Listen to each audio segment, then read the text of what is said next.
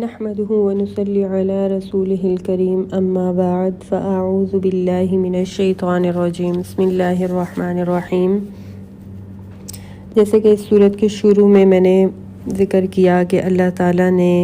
پہلی 5 آیتوں میں فرشتوں کا ذکر فرمایا، فرشتوں کی قسم کھائی، جان نکالنے والے فرشتوں کی، اس کے بعد قیامت کا ذکر آیا۔ تو آج کے سبق میں بھی پہلے قیامت کا ذکر ہے۔ بسم اللہ الرحمن الرحیم۔ فَإِنَّمَا هِيَ زَجْرَةٌ وَاحِدَةٌ، کہ بے شک وہ ہوگی زور کی چیخ، زجرتن ویسے ڈانٹ کو کہتے ہیں عربی میں، واحدہ ایک، یعنی قیامت بھی ایک زور کا دھماکہ ہوگا، زور کی پکار ہوگی یا پھر ایک ڈانٹ ہوگی، کوئی بھی میننگ کر سکتے ہیں۔ اس کے بعد کیا ہوگا؟ فَإِذَا ہم، پھر جب وہ سب بِالسَّاہرَہ، ایک کھلے میدان میں ہوں گے۔ تو یہاں سے میں نے پہلے بھی ذکر کیا کہ نفخہ ثانیہ کا ذکر ہے، یعنی دوسری بار جب سور پھونکا جائے گا، اس سے یہ مراد ہے۔ فَإِنَّمَا هِيَ زَجْرَةٌ وَاحِدَةٌ سے دوسری بار سور پھونکنا مراد ہے کہ جب دوسری بار سور پھونکا جائے گا تو سب میدان محشر میں جمع ہو جائیں گے۔ تو فَإِذَا هُمْ بِالسَّاہرَہ کا مطلب ہے کہ سب کھلے میدان میں، ساہرہ کھلے میدان کو کہتے ہیں، کہ وہاں جمع ہو جائیں گے۔ پھر کہ ابھی پہلے فرشتوں کا ذکر ہو رہا تھا، پھر قیامت کا ذکر ہوا، اچانک سے یہ بات آ گئی کہ حل اتاک حدیث موسیٰ، کہ اللہ تعالیٰ آپ صلی اللہ علیہ وسلم سے فرما رہے ہیں کہ کیا آپ کو موسیٰ علیہ السلام کی بات پہنچی؟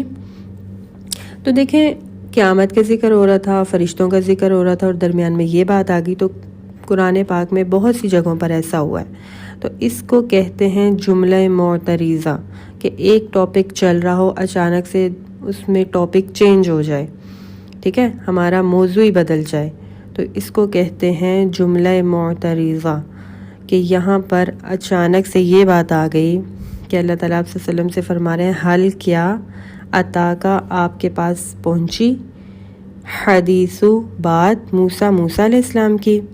اذ جب ناداہو ان کو پکارا، یعنی موسیٰ علیہ السلام کو پکارا، ربہو ان کے رب نے، بالوادی المقدس طویٰ، مقدس وادی طویٰ میں، یعنی اس سے وہ پہاڑی مراد ہے، طویٰ سے وہ پہاڑی مراد ہے جہاں پر اللہ تعالیٰ حضرت موسیٰ علیہ السلام سے ہم کلام ہوا کرتے تھے۔ اس لیے موسیٰ علیہ السلام کا لقب بھی کلیم اللہ ہے، کیونکہ اللہ تعالیٰ ان سے ہم کلام ہوا کرتے تھے۔ تو یہ اس وقت کی بات ہے کہ جب موسیٰ علیہ السلام کو اللہ تعالیٰ نے کوہ طور پر بلا کر فرعون کی طرف جانے کا حکم دیا۔ آگے یہی فرمایا، اذهب، جائیں، الی فرعون، فرعون کی طرف، یعنی موسیٰ علیہ السلام کو کوہ طور پر بلا کر کیا فرمایا، کیا ہے، فرعون کی طرف جائیں، انہو، کہ بے شک وہ طغیٰ، سرکشی کر رہا ہے۔ سرکشی کیسے کر رہا ہے؟ کہ وہ اللہ تعالیٰ کے مقابلے میں آ کر کھڑا ہو گیا اور اپنے آپ کو رب کہہ رہا تھا نا،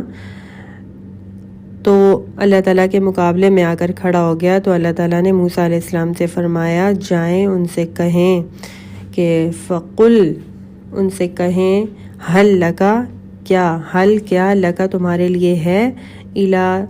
طرف، ان یہ کہ تزکا تم پاکی حاصل کر سکو، یعنی کہ کیا تم یہ چاہتے ہو کہ اللہ تعالیٰ کی طرف رجوع کر لو، یعنی یہ جو تم سرکشی کر رہے ہو، لوگوں کو بھی گمراہ کر رہے ہو، تو کیا تم توبہ کرنا چاہتے ہو؟ وَأَهْدِيَكَ، میں تمہیں دکھاؤں راستہ، إِلَىٰ رَبِّكَ، تمہارے رب کی طرف، فَتَخْشَىٰ، کہ تم ڈر جاؤ۔ تو وہ کہاں ڈرنے والا تھا، وہ تو گمراہ تھا، بجائے توبہ کرنے کے، رجوع کرنے کے، اس نے تو موسیٰ علیہ السلام سے دشمنی مول لی اور موسیٰ علیہ السلام کے خلاف ہو گیا، لوگوں کو بھی، بہت سے لوگوں کو بھی اپنی طرف کر کے موسیٰ علیہ السلام کے خلاف کر دیا۔ پھر کیا ہوا کہ انہوں نے موسیٰ علیہ السلام سے، جو فرعون نے کہا کہ مقابلہ کرتے ہیں، دیکھتے ہیں کس کا رب جو ہے وہ حق ہے، سچ ہے۔ اس نے کچھ جادوگروں کو تیار کیا فرعون نے کہ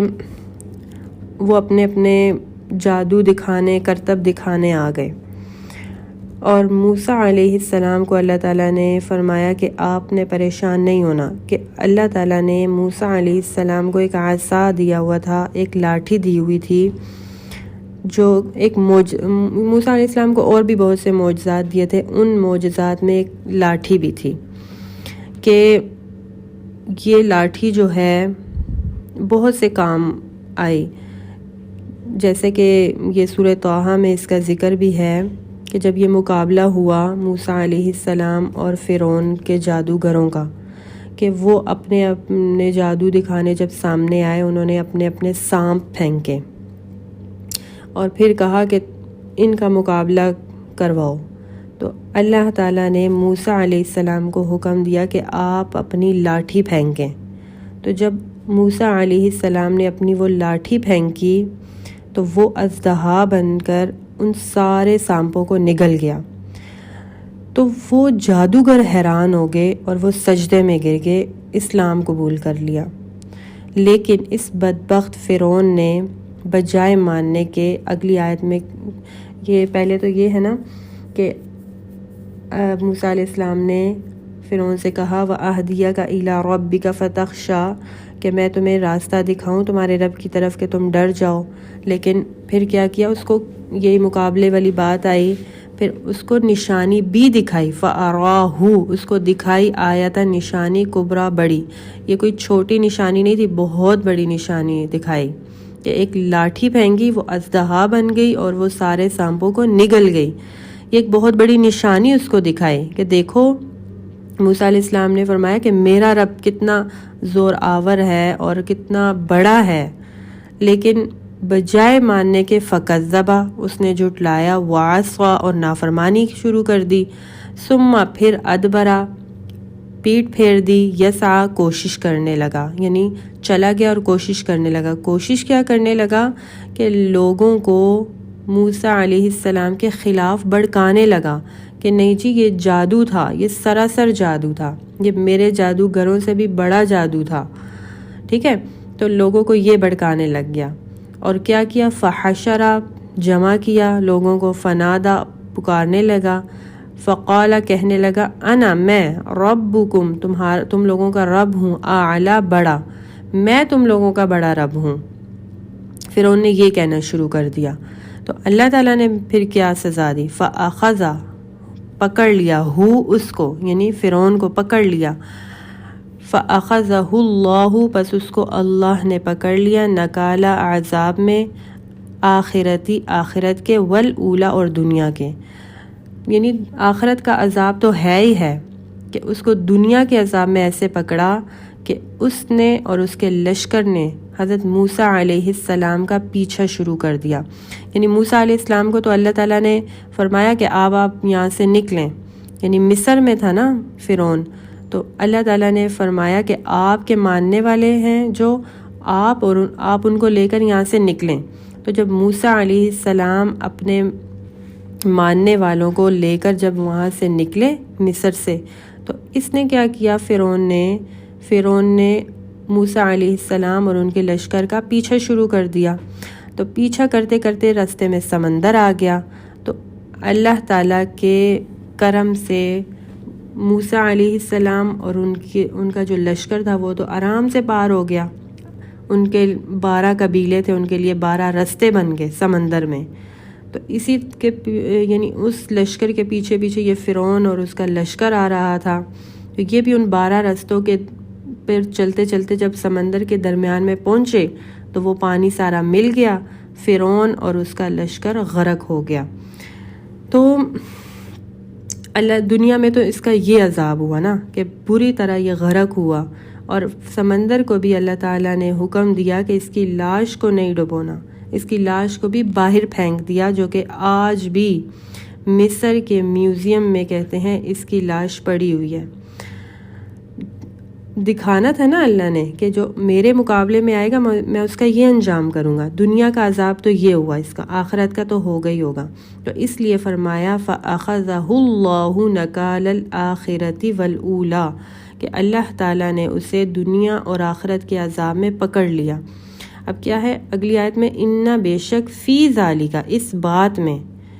لَعِبْرَةً البتہ عبرت ہے, لیمن اس شخص کے لیے, لی کا مطلب کے لیے, من اس شخص کے لیے, یخشا جو ڈرتا ہے, یعنی جو لوگ اللہ تعالیٰ کا خوف دل میں رکھتے ہیں ان کے لیے یہ عبرت کافی ہے. جو فرعون کا انجام ہوا تو